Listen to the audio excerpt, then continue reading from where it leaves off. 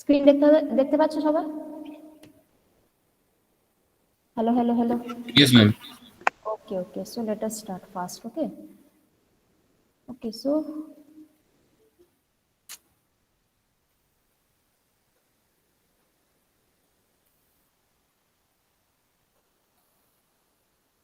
see, this is the continuation. Okay, but before start, continuation of your traction and tractive force in railway.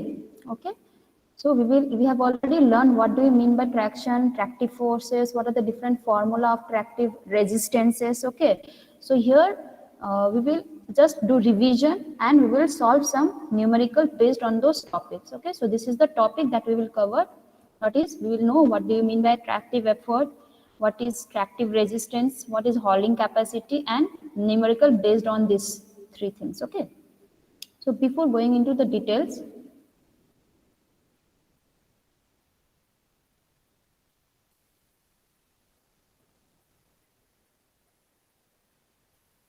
तो details में जाने से पहले see consider this train is a single body. एक train को तुम समझो ये सिंगल बॉडी है and this is the direction of the motion. Okay, so carry, it will have some load, so in order to carry this load you have to provide some power, right? थोड़ा कुछ effort देना पड़ेगा इसको, train को. सो वो train को वो जो मूव करने के लिए एफर्ट कौन दे रहा है? ऑब्वियसली इंजन या लोकोमोटिव. ठीक है, तो कहाँ किस डायरेक्शन में देना पड़ेगा? Along the direction of the motion, right? इस डायरेक्शन में जाने के लिए उसको कुछ एफर्ट देना पड़ रहा है, that is the tractive effort. Okay, और ये ट्रैक्टिव एफर्ट कहाँ से आता है? बिकॉज ऑफ वो जो डीजल हमारा इंजन इलेक्ट्रिक, इससे जो पुल करने का जो फोर्स एक अप्लाई कर रहे हैं हम ट्रेन, ठीक है, to move forward. So this is the tractive effort. And also we know that कि whenever there is a motion some resistance will be developed, okay, against the motion. मतलब अगर ये डायरेक्शन है तो तुम्हारा इस डायरेक्शन के मोशन के डायरेक्शन के अगेंस्ट में, ऑपोजिट डायरेक्शन में there will be some resistances. Okay, so इसको बोलते हैं हम लोग tractive resistance. And these are the few reasons we will see, we have already discussed this reasons, right? और आज हम इसको ही थोड़ा रिवीजन करके और इसका जो रेस्पेक्टिव फॉर्मूलाज है वो भी हम देखेंगे. ठीक है, so for train to be in motion what should be the relation? बोलो, ट्रैक्टिव एफर्ट ज्यादा होना चाहिए ट्रैक्टिव रेजिस्टेंस से या ट्रैक्टिव रेजिस्टेंस ज्यादा होना चाहिए ट्रैक्टिव एफर्ट से? ये ट्रेन को मोशन करने के लिए ट्रैक्टिव एफर्ट तो बेसी होता है. yes, so TE will be greater than or equal to TR so that it is move, मतलब इसको कैरी करने के लिए एक कांस्टेंट स्पीड में कैरी करने के लिए जो एफर्ट लगेगा दैट शुड बी इधर इक्वल टू और ग्रेटर. ओके, अगर लेस हो गया तो क्या हो रहा है? Suppose your train is in motion, ठीक है, ये हम बोले थे स्टार्टिंग कंडीशन में TE must be greater than equal to TR. लेकिन जब ट्रेन ऑलरेडी इन मोशन है, ठीक है, ये रेजिस्टेंस हम क्या बोले थे? It depends upon the track profile, it depends upon the friction, right? It depends upon the ये जो खुद ट्रेन का जो प्रॉपर्टीज है कि इसका लुब्रिकेंट्स कैसा है, ठीक है, इसका बॉल बियरिंग्स कैसा है, इसके ऊपर भी ये रेजिस्टेंस डिपेंड करेगा. ठीक है, so when the train is in motion, it's already in motion, एक ट्रैक्टिव एफर्ट दे रहा है वो, राइट? अब ऐसा केस आ रहा है कि ट्रैक्टिव एफर्ट जो जो एनर्जी से हम पुल कर रहे हैं that is greater than the resistances. ठीक है, ये ट्रैक्टिव रेजिस्टेंस में वेरी, ऐसा नहीं है कि ये कांस्टेंट रहेगा, राइट? कुछ railway tracks it will be levelled, right? वहां पे कोई ग्रेडियंट नहीं है, कर्व नहीं है, तो ऑब्वियसली वहां पे वो ट्रैक प्रोफाइल रेजिस्टेंस नहीं होगा, तो obviously your tractive resistance will also be less, right? लेकिन जहां पे तुम्हारा कर्व आएगा, ग्रेडियंट आएगा, वहां पे फिर इंक्रीज हो जाएगा, right, tractive resistance. So when your curve, this one is in motion, जब देख रहे हैं कि ये जो पुल करने का एफर्ट है which is very very greater than, या बोल सकते हैं हमको कि it is larger than the tractive resistance. मतलब क्या है? तुम्हारा ट्रेन का speed will be increasing, right? मतलब कि वो एक्सेलरेट कर रहा है ट्रेन. ठीक है, तब ये ट्रैक्टिव एफर्ट हम ज्यादा दे रहे हैं compare to the tractive resistance.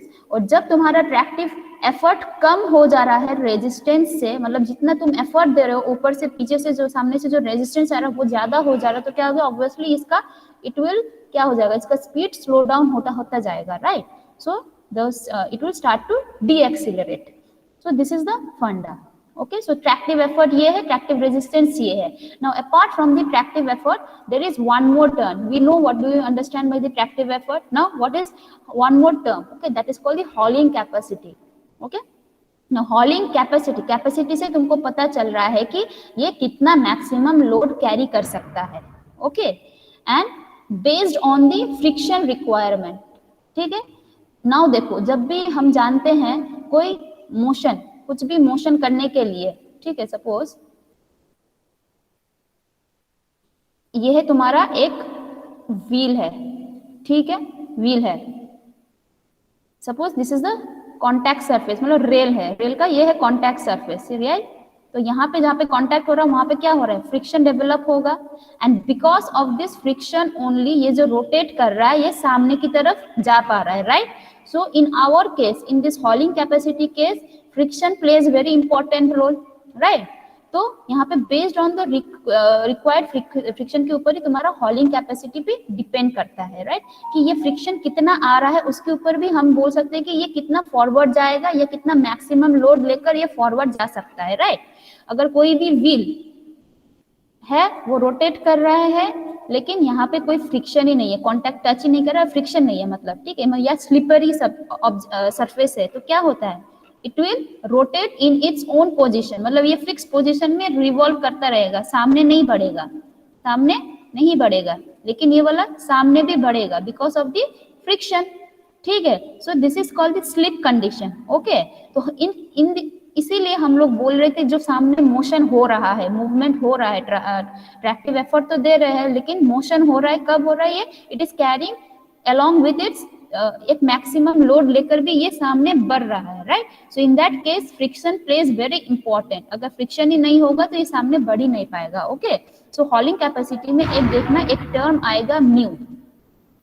ठीक है, म्यू कोएफिशिएंट ऑफ फ्रिक्शन का टर्म आएगा when we calculate the hauling capacity.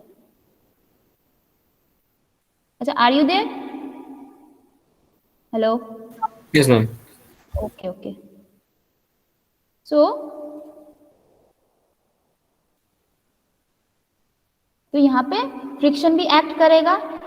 Also we have to know कि ये जो ड्राइविंग व्हील्स है कौन ड्राइव कर रहा है, बॉगीज को कौन ड्राइव, इसके पीछे हम बोले थे 2 यूनिट रहेगा, सामने है लोकोमोटिव, पीछे है तुम्हारा ट्रेलिंग यूनिट. ट्रेलिंग यूनिट को कैरी कौन कर रहा है, this is the locomotive, right. तो लोकोमोटिव का जो मेन ट्रांसफर कर रहा है कौन, ये जो है इसको बोलते हैं ड्राइविंग व्हील्स. ओके, सो टोटल लोड इस ड्राइविंग व्हील्स में कितना आ रहा है इसके ऊपर भी ये हॉलिंग कैपेसिटी डिपेंड करता है. Okay, so in many questions they will ask, they will give you, तो इस व्हील को हम लोग बोल सकते हैं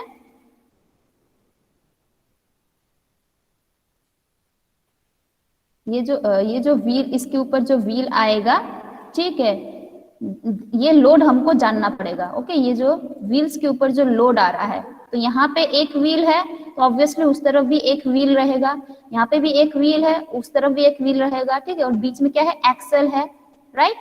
ये दोनों को कनेक्ट कर रहा है कौन, एक्सेल. तो ये जो एक्सेल में लोड जा रहा है, ये जो एक्सेल में लोड जा रहा है that is W. Okay, so we must know this W also. Okay, तो अगर तुमको बोलेगा सपोज यहाँ पे 3 ठो है, सो पेयर्स ऑफ व्हील्स दिया है, पेयर्स ऑफ ड्राइविंग व्हील्स दिया है. For this example there are pairs of driving wheels कितना है तुम्हारा,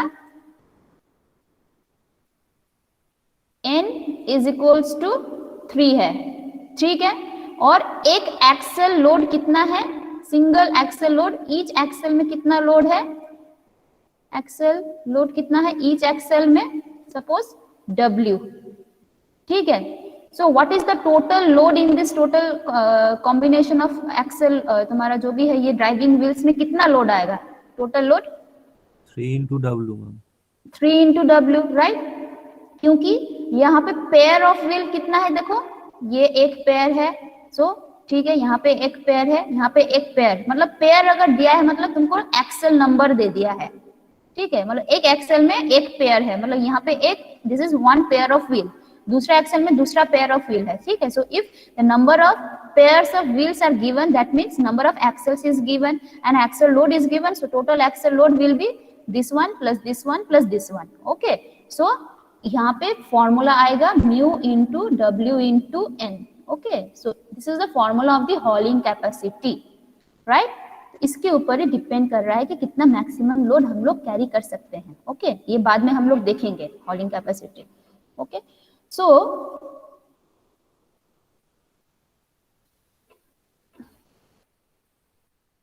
तो ये बोल रहा है कि कितना लोड ये कैरी कर सकता है, right. And it is computed by product of coefficient of friction and weight on the driving wheels. देखो ड्राइविंग व्हील्स में ही करेगा। ओके, तो तुम्हारा सब ड्राइविंग, सब यहाँ पे जो जो दिखाया देखो सब का सब ड्राइविंग व्हील्स नहीं भी हो सकता है, राइट। तो in your case in question they will give you कि कितना नंबर ऑफ ड्राइविंग व्हील्स है, पेयर ऑफ ड्राइविंग व्हील्स है, ठीक है। तो इन दिस केस देखो यहाँ पे भी व्हील्स है, यहाँ पे भी व्हील्स है, this is the driving wheel, ठीक है, and this is the supporting wheel. तो बेसिकली यहाँ पे 3 ठो ड्राइविंग व्हील्स है। Okay, so there are 3 pairs of driving wheels. Okay, so यहाँ पे n will be 3 and so ये वाला है तुम्हारा formula. Okay, so where mu is the coefficient of friction, w is weight on driving axle, मतलब एक axle में कितना वेट है in turns. Okay, n is what, number of pair of driving wheel, मतलब एक एक्सल में एक एक दो व्हील रहेगा, तो वैसा पेयर कितना है, 3 ठो है। So total number of axle कितना है, 3 ठो, ठीक है। So total load will be n into w, the total weight of the driving wheels will be n into w. okay, and in many cases या कुछ केस में तुमको ये w क्या दिया हैगा, व्हील लोड भी दे सकता है, ठीक है। तब क्या कर देना है हमको, सिंपल लोड ये कैलकुलेट करने के लिए डबल कर देना है, 2 के साथ मल्टीप्लाई कर देना, क्योंकि एक व्हील में इतना जाएगा तो एक्सल में ऑब्वियसली उसका डबल जाना चाहिए, क्योंकि हम लोग पता था कि वी नो दैट एक्सल से तुम्हारा व्हील में जाता है, ऐसा एक्सल है, ठीक है। अगर ये एक्सल दिया गया है तो simply this into number of axle कर देंगे, ठीक है। अगर तुमको ऐसा दिया रहेगा, मतलब व्हील लोड अगर दिया रहेगा, मतलब इस तरफ का व्हील दिया रहेगा, लोड दिया रहेगा, then what will be the total axle load, total will be 2w, क्योंकि यहाँ से हाफ इस तरफ जा रहा है, यहाँ से हाफ इस तरफ जा रहा है। Okay, so axle load will be 2w and pair अगर 3 ठो 4 ठो दिया है तो सिंपली 2w into n। सो ऐसे याद रखना है। Okay, this is the axle load in Indian condition, BG track के लिए MG narrow gauge. Okay,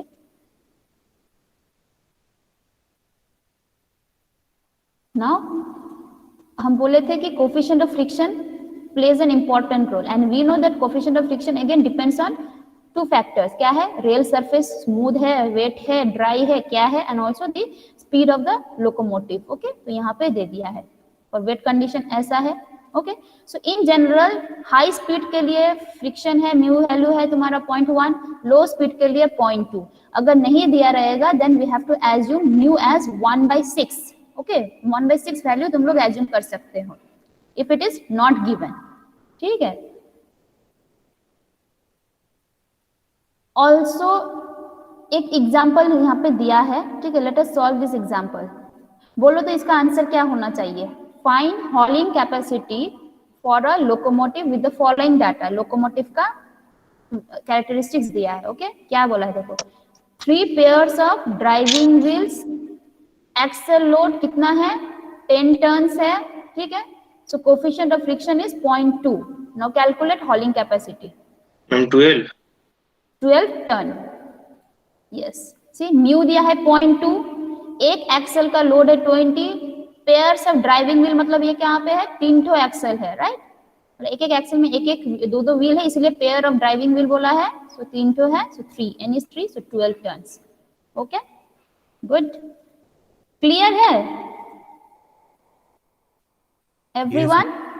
okay okay, so let us solve another problem. ये वाला तुम लोग बोल के हमको आंसर बोलो क्या होगा।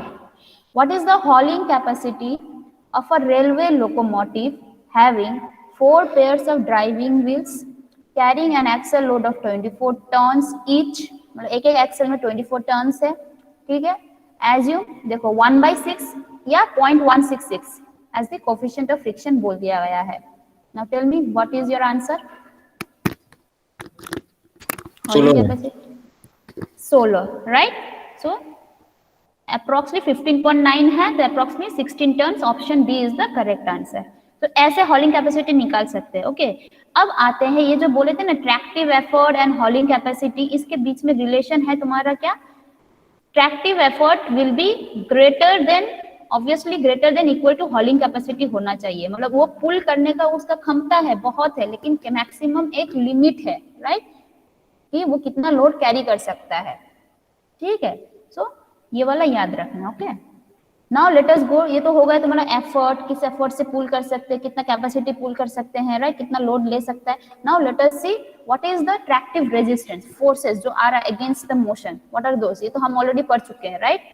तो these are the tractive resistance and these are the some of the reasons कि किस किस वजह से होता है, राइट। तो एक है तुम्हारा 4 टाइप का है टोटल, ट्रेन रेजिस्टेंस RT1, इसको हम लोग बोल रहे हैं resistance due to track profile, ये है बेसिकली खुद ट्रेन के ऊपर ही डिपेंड करता है, ऑल्सो ट्रेन के स्पीड के ऊपर भी, ठीक है।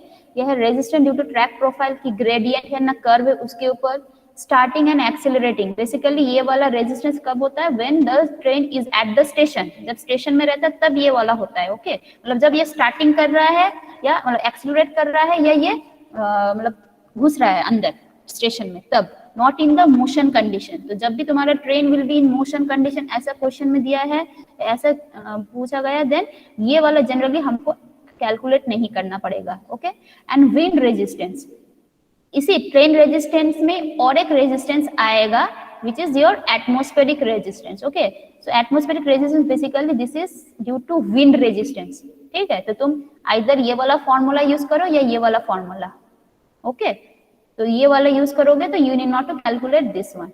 ओके, तो let us see, फर्स्ट है तुम्हारा ट्रेन रेजिस्टेंस, इसका 3 भाग में कर दिया है, क्या क्या है, which is independent of speed, इसको RT1 dependent on speed and atmospheric resistance. Okay, now let us see the formulas कि क्या क्या है और क्यों होता है ये। तो total train resistance will be ये वाला, ठीक है। Tractive resistance will be RT1 RT2 RT3, RT1 plus RT2 plus RT3, मतलब capital RT1 plus capital RT2 plus capital RT3, ठीक है। लेकिन सिर्फ ट्रेन रेजिस्टेंस इक्वल्स टू ये छोटा छोटा RT जो है उसको समेशन। तो इंडिपेंडेंट ऑफ स्पीड बेसिकली इसको बोलते हैं हम लोग रोलिंग स्पीड भी बोल सकते हैं। तुमको जो प्रॉब्लम किया था वहां पे देखना RT1 का फॉर्मूला यूज नहीं किया, जस्ट वहां पे रोलिंग रेजिस्टेंस दिया गया है, we have only calculated that rolling resistance. Okay, तो मेनली ये होता है क्या, due to the friction between rails and wheels, ये जो रेल और व्हील के बीच में जो तुम्हारा फ्रिक्शन है उसकी वजह से जो तुम्हारा तुम्हारा ये जो रेजिस्टेंस डेवलप हो रहा है। Okay, and it is not dependent on the speed of the vehicle, speed of the train, it is dependent wholly owned the characteristic, इसका सरफेस कैसा है, व्हील का सरफेस कैसा है, फ्रिक्शनल कोफिशिएंट कैसा, इसके ऊपर डिपेंड करता है। ओके, सो और दूसरा है journal friction, journal friction mainly होता है तुम्हारा कि ये कैसा लुब्रिकेंट है, ये जो in the what kind of balls and bearings we are using, कैसा, अगर लुब्रिकेंसी बहुत कम है तो क्या होगा, ऑब्वियसली वहां पे भी इंटरनल फ्रिक्शन जनरेट हो जाएगा। ओके, दूसरा है wave action of the rails, ठीक है। तो दिस इज द फॉर्मूला, ये वाला हम ऑलरेडी डिराइव मतलब बता चुके हैं। ओके, तो कैसे याद रखना कि फर्स्ट RT1 में 2 ठो 0 16 W, W is what, weight of this train. Okay, इसलिए ट्रेन रेजिस्टेंस है, weight of this train in ton, total weight, and we know total weight क्या होता है, 2 यूनिट होता है ट्रेन का, लोकोमोटिव प्लस वैगन्स, ठीक है। तो वैगन्स का प्लस लोकोमोटिव का total weight will be W। Okay, दूसरा है इन डिपेंडेंट ऑन स्पीड, अब इसमें फॉर्मूला में V आ जाएगा। ओके, तो this is basically due to track irregularities, देखो ये वाला ऐसा है, इरेगुलर है, डिफ्लेक्शन से, राइट, ऐसा ऐसा डिफॉर्म करके जा रहा है, इसकी वजह से भी फ्रिक्शन हो रहा है, या तुम टॉप व्यू से देखोगे तो ऐसा वाला भी हो रहा है, ठीक है। रेल स्ट्रेट नहीं है, पूरा कर्व की तरह है, तो इसकी वजह से भी तुम्हारा यहाँ पे ऑक्सिलेशंस हो जाएगा, ठीक है। So because of this kind of oscillations और irregularities there will be some friction. Okay, so इसका फॉर्मूला देखो V है, because it is dependent on speed. अब देखो पिछले वाले में 2 ठो 0 था, अभी 4 ठो 0 और 8। ओके, ऐसे याद रखना। Again we know W, small w is the weight of the train in tons, V is speed in of the, since it is dependent on the speed of the train, तो यहाँ पे अब V term आया which is speed of the train in kilometer per hour. Okay, now third is the wind resistance या atmospheric resistance, RT3 से हम लोग कर रहे हैं। ओके, तो बेसिकली ये कहाँ पे एक्ट करेगा, सरफेस एकदम जो सामने एंड में और साइड में, ठीक है, उस एरिया में जो एक्ट कर रहा है रेजिस्टेंस ड्यू टू विंड, वो उसको बोलते हैं हम लोग wind resistance. Okay, and it is also again dependent on the speed of this vehicle, I mean train. तो यही है. अब देखो पिछले में 2 ठो था, फर्स्ट में 2 ठो, सेकेंड में 4 ठो. आछो तो सवाई ओके. और थर्ड में देखो 6 ठो, ये डबल डबल हो रहा है. फर्स्ट में 2, सेकेंड में 4 ठो जीरो, थर्ड में 6 ठो जीरो, 6 जीरोस. ओके, मतलब 2 टाइम्स करके बढ़ रहा है. और 6W_V², तो इसमें स्क्वायर आ जाएगा टर्म. ठीक है, again this is in kilometre per our turn. Okay, तो देखना ये वाला फॉर्मूला और एक विंड रेजिस्टेंस का और एक था capital RT, R capital T 4 जो था. ठीक है, you can use any of the 2 formulas. Basically तुम यही फॉर्मूला यूज करके कैलकुलेट कर सकते हो. अगर ये यूज किए तो no need to calculate that wind resistance. Okay, अब दूसरा है तुम्हारा, तो ये है तुम्हारा टोटल करेंगे ट्रेन रेजिस्टेंसेस. ठीक है, तो अगर सम कर देंगे तो this is the equation. Okay, RT1 का. नाउ दूसरा है resistance due to track profile, RT2.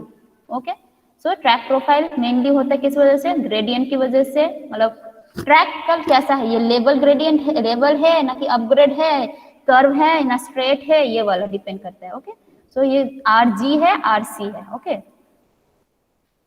सो अगर ये अल्फा है, ठीक है, तो ग्रेडियंट की वजह से क्या हो जाएगा, ये इसका साइन कंपोनेंट, इसका जो साइन कंपोनेंट इस तरफ नीचे की तरफ आएगा, it will resist the motion, right. तो साइन कंपोनेंट कैन बी, मतलब sine alpha, W sine alpha is acting in this direction. For alpha being small हम लोग कन्वर्ट कर देते हैं साइन अल्फा को tan अल्फा में. Okay, so what is the resistance due to its gravity, it is called W sine alpha, और we can say W tan alpha. ठीक है, so tan alpha is what? Tan alpha is nothing but the perpendicular by base. This is nothing but the slope of this gradient, okay, which is denoted by G. Slope को G से भी कर सकते हैं, right? So RG is W into G. Okay. अगर percentage है तो ये W into जो भी परसेंटेज by 100 होगा. अगर ये G सपोज 1 in 200, 1 in 300 रहेगा तो ये G will be 1 by 200, 1 by 300 ऐसा. Okay. दूसरा है resistance due to curve. Now ये कर्व, डिग्री ऑफ कर्व जो है तुम्हारा, again it depends upon the type of the gauge. Okay, जो broad gauge, metre gauge, narrow gauge के हिसाब से. तो जैसा जैसा तुम्हारा गॉज बढ़ेगा ये तुम्हारा RC कर्व रेजिस्टेंस भी ज्यादा हो जाएगा. तो देखो फर्स्ट का है 0.004 मीटर गॉज, थोड़ा उसका गॉज लेंथ कम है ब्रॉड गॉज से, तो 0.003. फिर नैरो गॉज और कम है तो 0.002 W into D. ओके, यहाँ पे देखो जो जो W है, कंफ्यूज मत हो जाना, वो हॉलिंग कैपेसिटी का W और इस वाले W से. ओके, हॉलिंग कैपेसिटी में जो W था वो था एक्सेल लोड, मतलब ड्राइविंग एक्सेल में जो लोड आ रहा है. Okay, and this W is the train load. Total पूरा ट्रेन कितना है लोड, ये सपोज यहाँ पे 100 अगर ये है बॉगी और ये लोकोमोटिव है, तो टोटल वेट कितना है, ओके, टर्न्स में. So that is the W, where D is the degree of the curve and G is the gradient of the track. Okay, तो ये दोनों आएगा depending upon the track profile. किसी किसी profile में देखो कर्व नहीं है, स्ट्रेट होगा लेकिन ग्रेडियंट है, तो RG ऐड करना है रेजिस्टेंस में, टोटल रेजिस्टेंस में. ठीक है, किसी किसी में कर्व है लेकिन ये जो दिखाई दे रहा है लेबल्ड है, राइट, मतलब ग्रेडियंट नहीं है, तो सिर्फ यहाँ पे RC ऐड करेंगे हम लोग. ट्रेन रेजिस्टेंस तो रहेगा ही, उसके साथ RC ऐड करेंगे. Okay, so this is the formula WG plus depending upon the type of the gauge RT2 due to track profile. Now come starting and acceleration. हम बोले थे ये होता है स्टेशंस में होता है. ओके, मतलब स्टेशन और यार्ड में. so RS है तुम्हारा स्टार्टिंग रेजिस्टेंस, इसका ये फॉर्मूला है. ठीक है, एक्सेलरेशन की वजह से जो रेजिस्टेंस है इसका ये फॉर्मूला है. नाउ यहाँ पे W1 क्या है, this W1 is the locomotive weight, W2 is the जो पीछे यूनिट्स है ट्रेलिंग यूनिट्स उसका weight. Okay, and this W is the W1 plus W2 total weight, again total weight of the train, and this is acceleration. Okay, और unit याद रखना है. तो जब बोलेगा कि मैक्सिमम प्रॉब्लम में तुमको ये देखना ये RS RA हमको ऐड करने की जरूरत नहीं पड़ेगा. Why? Because our train is in motion condition, मतलब कि वो स्टेशन में नहीं है, वो उसका पाथ में है, दो स्टेशन के बीच में जो पाथ है उसमें है, right. So in that case you need not to calculate this RS and RA. अब लास्ट का जो बोले थे हम लोग विंड रेजिस्टेंस, वही सेम. ठीक है, सिर्फ वहां पे ए वी स्क्वायर था, डब्ल्यू वी स्क्वायर था, यहाँ पे ए वी स्क्वायर हो रहा है, और यहाँ पे तुम्हारा कितना था 0.006 था, मतलब 606 डब्ल्यू वी स्क्वायर था पिछले वाले में। ओके, एंड यहाँ पे एक ए टर्म आ रहा है। What is this A? This not the acceleration, this is the किस सरफेस एरिया में तुम्हारा विंड एक्ट कर रहा है, so that is the exposed area. तो ये प्रॉब्लम होता है कि हमको ये एरिया नहीं पता रहता है, एंड वी ऑल्सो जो भी डाटा दिया रहता है उससे हम ए कैलकुलेट नहीं कर पाएंगे। So instead of this what we will do, instead of R W we will calculate RT3 और वही ऐड कर देंगे, जो ट्रेन रेजिस्टेंस में जो फॉर्मूला था वही यूज करेंगे। Okay, I think this is clear. ये वाला पूरा ओवरऑल व्यू बोल सकते हैं कि क्या क्या फॉर्मूलाज है। Okay, now balance speed. Balance speed मतलब हमको सबसे एवरी टाइम हमको बैलेंस कंडीशन में कैलकुलेट करना पड़ेगा कि इक्वल टू करके, ठीक है। तो बैलेंस स्पीड हम किसको बोलेंगे?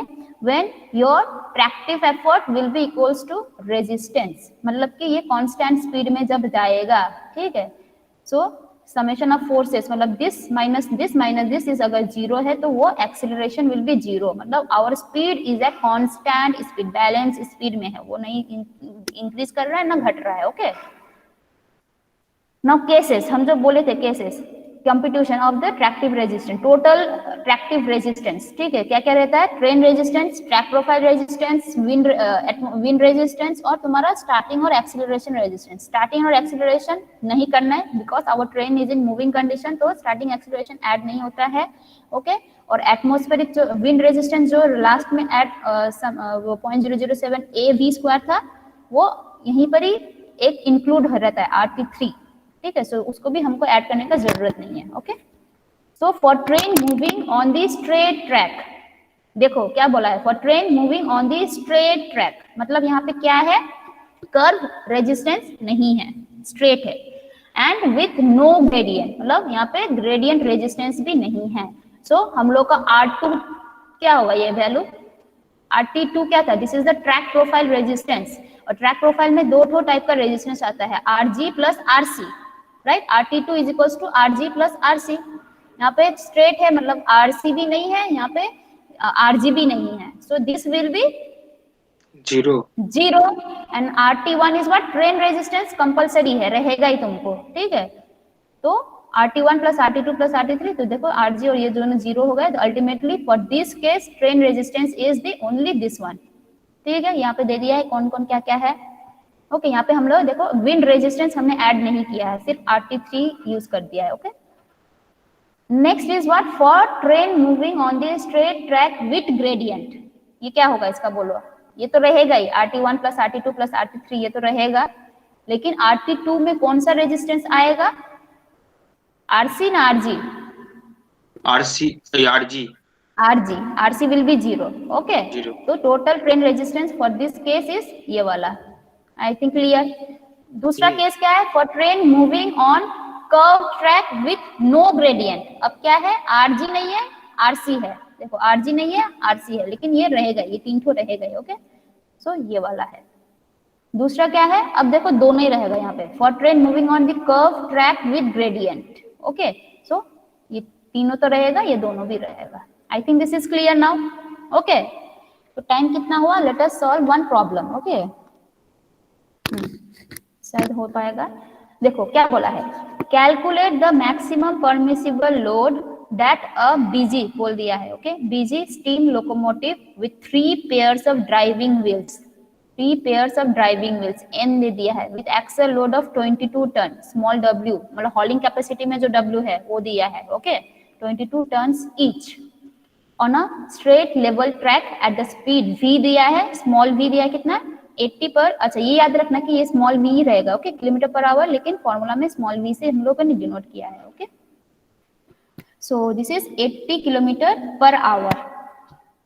ओके, तो बोला गया है find the maximum permissible load that a BG track can, sorry BG जो भी है steam locomotive with this pairs of wheels will carry. Okay, with this specifications, तो ये कैलकुलेट करने बोला है। दूसरा क्या बोला है? Also calculate the reduction in speed, मतलब इनिशियली इस वाले स्पीड से जा रहा था। ओके, कहाँ से?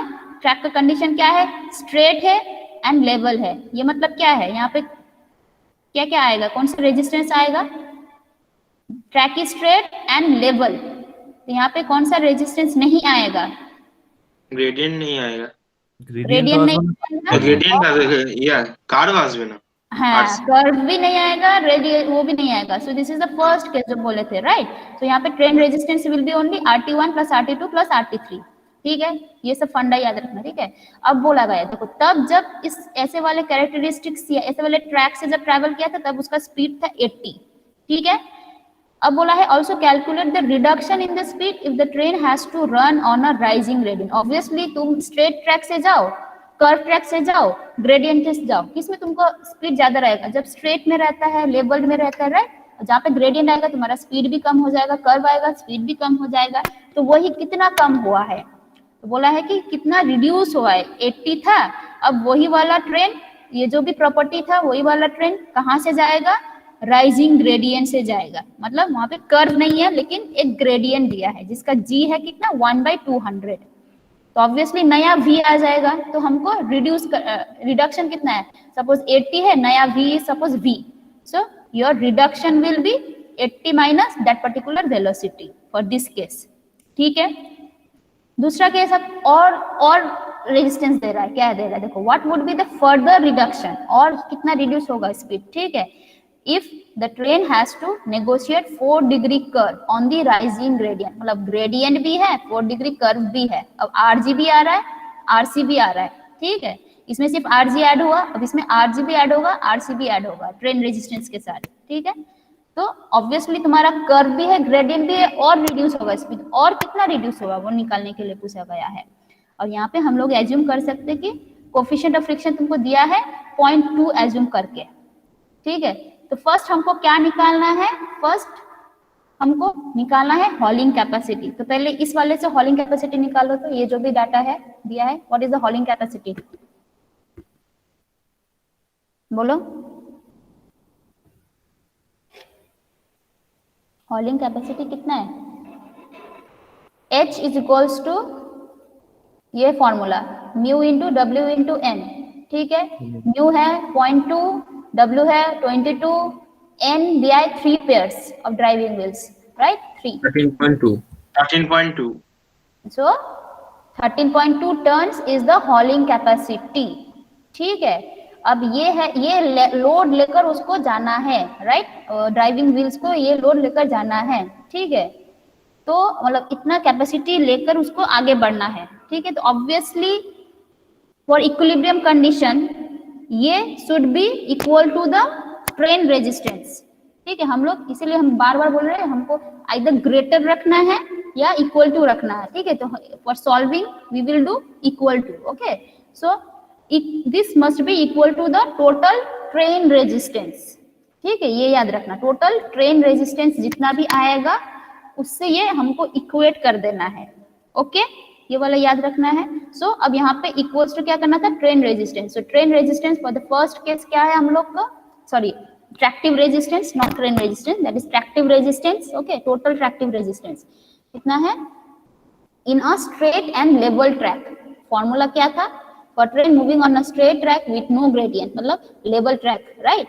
तो यही है, only there will be only the train resistance, मतलब सिर्फ R कैपिटल T1 सिर्फ रहेगा, and we know R capital T1 is nothing but the RT1 plus RT2 plus RT3, यहाँ पे कोई RC नहीं है, कोई RG नहीं है। सो कैलकुलेट करो क्या होगा, इसका फॉर्मूला ये है, यहाँ पे हम लोगों ने बड़ा करके लिख दिया है, RT1 का है फॉर्मूला ये 0.0016 W, RT2 है 0.008 WV, RT3 है 0.0006 WV square. W is the total weight of the train, ठीक है, total weight of the train, मतलब वैगन्स और हमारा वो क्या बोलते हैं लोकोमोटिव का टोटल वेट, ठीक है। V दिया गया है 80 किलोमीटर पर आवर, ओके। तो ये वाला निकालो, यहाँ से पहले इक्वेशन सॉल्व करेंगे तो कितना आएगा। तो हमको क्वेश्चन में क्या पूछा गया, फर्स्ट क्वेश्चन है find the maximum load, right. First question में पूछा गया है सी फाइंड द मैक्सिमम लोड, मतलब total load of the train, W small w निकालने के लिए बोला गया है, ओके। तो अगर ये हम पुट करेंगे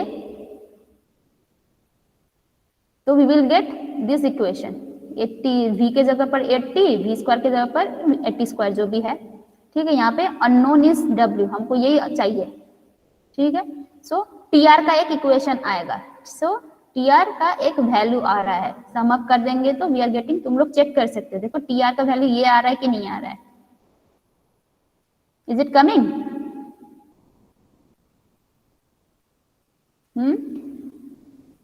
बोलो आगे तुमरा है ना, बोलो गो। ম্যাম করছি ম্যাম একটু দাঁড়ান। हाँ ঠিক আছে ঠিক আছে, নাও এটা কি হলিং ক্যাপাসিটির সাথে ইকুয়েট করতে হবে, সমান করে? yes yes yes, this is the total tractive resistance and we know that for equilibrium condition hauling capacity must be equal to the tractive resistance, मतलब इक्विलिब्रियम मतलब कांस्टेंट स्पीड में जाने के लिए, ठीक है, एक्सीलरेशन में नहीं, डीएक्सीलरेशन में कांस्टेंट स्पीड में जाने के लिए। तो दोनों को इक्वेट करना है, okay. So this is your T R and we know hauling capacity कितना है 13.2, तो दोनों को इक्वेट कर दो, you will get this equation, see ये वाला इक्वेशन आएगा, तो यहाँ से W निकल आएगा। Now tell me what is the value of W? 1114.86 this much ton. तो हम लोग का फर्स्ट आंसर मिल गया, ओके। मैक्सिमम लोड कितना कैरी कर सकता है ये वाला में आएगा, ओके। मैम हेलो, हाँ हाँ হ্যাঁ বলছি হাউলিং ক্যাপাসিটি আর ট্র্যাকটিভ রেজিস্ট্যান্স কি সব ক্ষেত্রে সমান হবে? फॉर कैलकुलेशन पर्पस, मतलब कांस्टेंट स्पीड में जाने के लिए हमको क्या चाहिए, तुम जितना एफर्ट लगा के जा रहे हो that should be equal to the resistance, right. अगर दोनों के बीच में अगर मतलब ट्रेन रेजिस्टेंस थोड़ा भी कम हो गया तो क्या हो जाएगा, उसका स्पीड रिडक्शन हो जाएगा, राइट। तो हमको ये जो कांस्टेंट 80 किलोमीटर पर आवर में जा रहा है उसको मेंटेन करने के लिए एटलीस्ट मतलब मैक्सिमम कितना आएगा, ऑब्वियसली वही है कि जब hauling capacity is equal to tractive resistance, right. अगर उससे कम हो जाएगा तो देन तुम्हारा वो अल्टीमेटली वो स्टॉप कंडीशन में चला जाएगा, तो वो नहीं होना हमको। तो ग्रेटर देन तो हम तो रखना ही है, लेकिन मैक्सिमम हम इतना ही कर सकते हैं, ट्रैक्टिव एफर्ट हम इतना ही दे सकते हैं मैक्सिमम, ठीक है। तो फॉर इक्विलिब्रियम कंडीशन हमको ये मेंटेन करना है। इक्विलिब्रियम मतलब यहाँ पे कि तुम्हारा train is moving at the constant 80 kilometre speed, okay, kilometre per our speed, okay, ठीक है। अब बोलो ये वाला क्या हो जाएगा, क्या बोला, दिस इज द वेट। अब ये वाला तुम्हारा ये कांस्टेंट है, ये वेट फिक्स कर दिया हम लोगों ने, ठीक है। अब यही वेट को लेकर तुमको कहाँ पे जाना है, ग्रेडियंट वाले ट्रैक में जाना है, तो ऑब्वियसली क्या रिड्यूस होगा, स्पीड तो रिड्यूस हो जाएगा ना। So in next case your W will be known to us, मतलब सेम जो फॉर्मूला ये सब है यही फॉर्मूला से एक वैल्यू आएगा, ठीक है। वहां पे देखो W भी है, तो W का वैल्यू हमको मिल गया। Now for that particular condition of the track, what will be the new value of V? वही कैलकुलेट करना है, ओके। तो करके हमको एक इक्वेशन निकालना है, क्वाड्रेटिक इक्वेशन आएगा। तो नेक्स्ट क्या है, calculate tractive resistance on the straight track but with gradient of 1/200।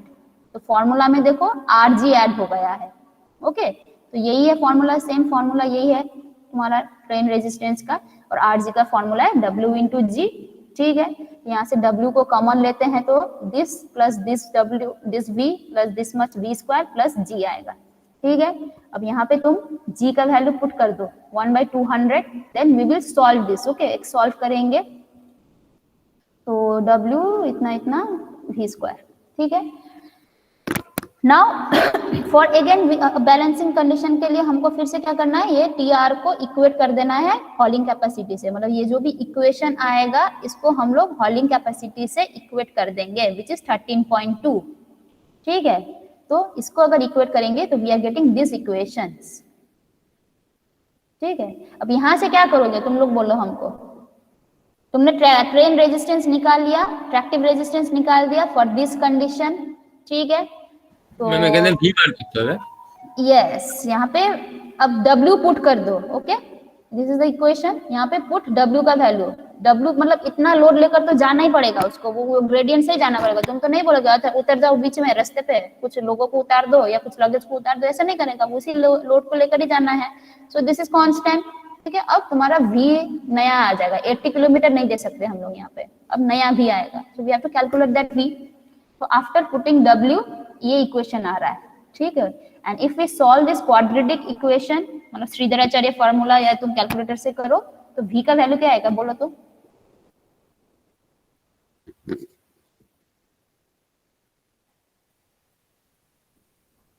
So solve करके तुम लोग प्रैक्टिस करना। ओके हमने ऑलरेडी कैलकुलेट किया है।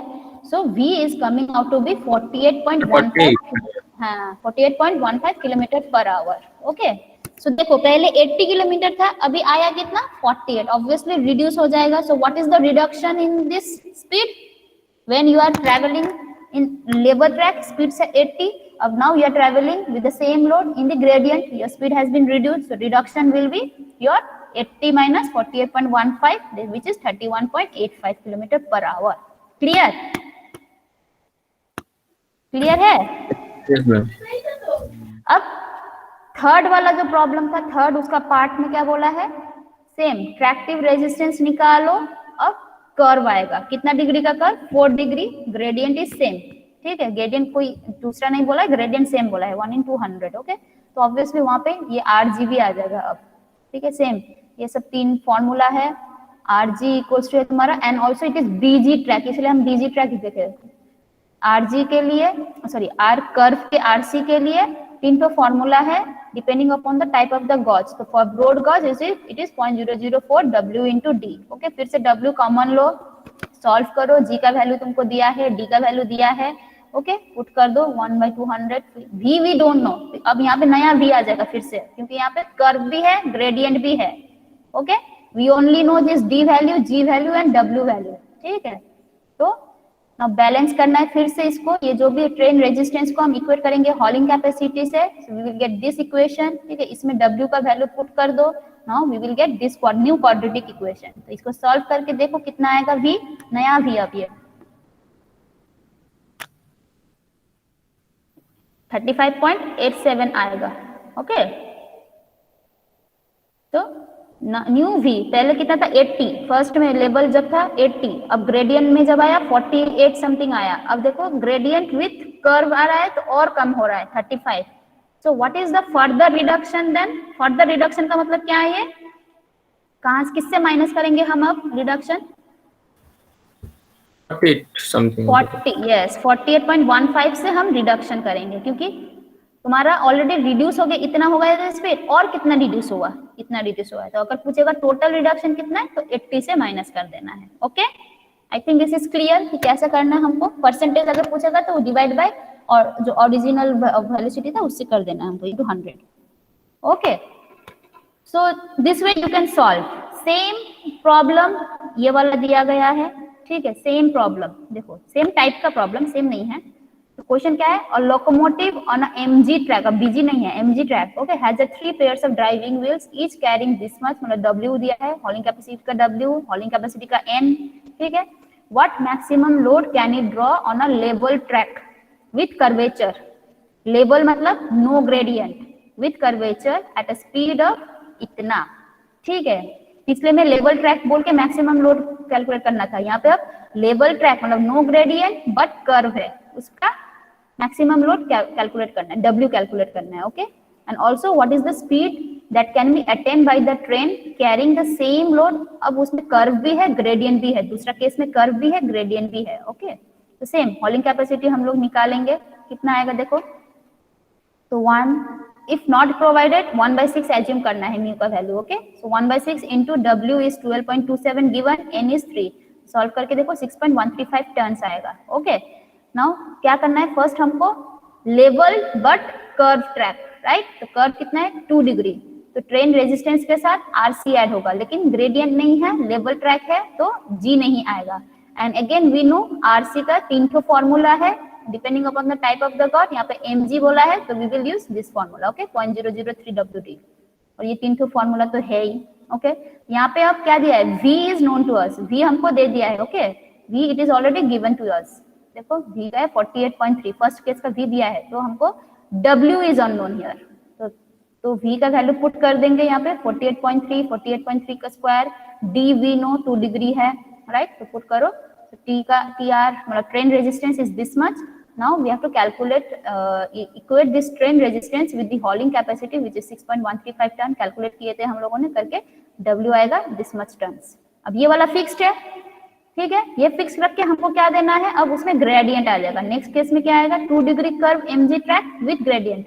फर्स्ट केस में नो ग्रेडियंट, मतलब वहां पे rg नहीं था, अब इसमें rc प्लस rg दोनों आएगा।